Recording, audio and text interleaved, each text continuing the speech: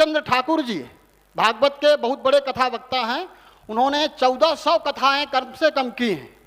उन्होंने ये कहा, किसी ने उनसे पूछा कि अभी लोग कह रहे हैं कि कलयुग का विनाश होने वाला है, आप इसके बारे में क्या कहते हैं?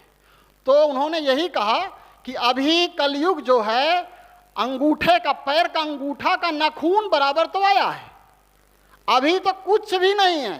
5,04,000 वर्ष मतलब क्या, कुछ भी नहीं।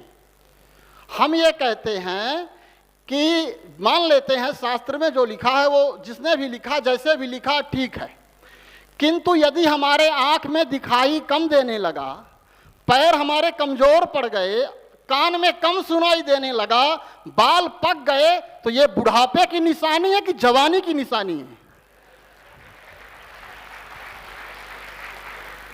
चारों तरफ एक आत्मा ऐसी नहीं है जिसका मन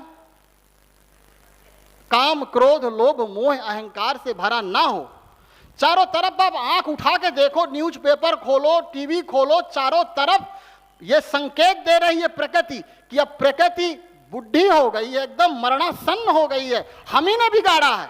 अभी भी हम सोच रहे हैं कि अभी 4,32,000 आएगा तब खेल खत्म होगा, तब तक में तो पता नहीं क्या से क्या हो जाएगा। इसीलिए हम तमाम अपने साधु संत महात्माओं का, अपने गुरुजनों का, अपने महापुरुषों को ये विनम्र निवेदन करते हैं कि जो बात यहाँ हमने अनुभव की है, ये सभी अपने शिष्यों को, अपने फॉलोवर्सों को बताना होगा कि आत्मवत् सर्वभूतेषु, परमात्मा आ चुका है, नहीं दिखता है तो थोड़ा सा देखने की कोशिश करें। ये बाहर के अंतर्मुखी हो, बाहरमुखी से वही दिखेगा, उसके अलावा कोई दिख ही नहीं सकता।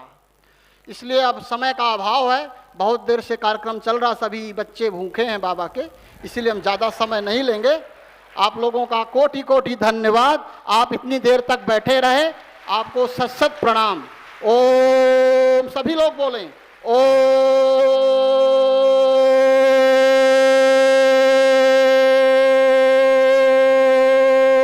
शांति। धन्यवाद, बहुत बहुत धन्यवाद आदरणीय आचार्य परमानंद जी।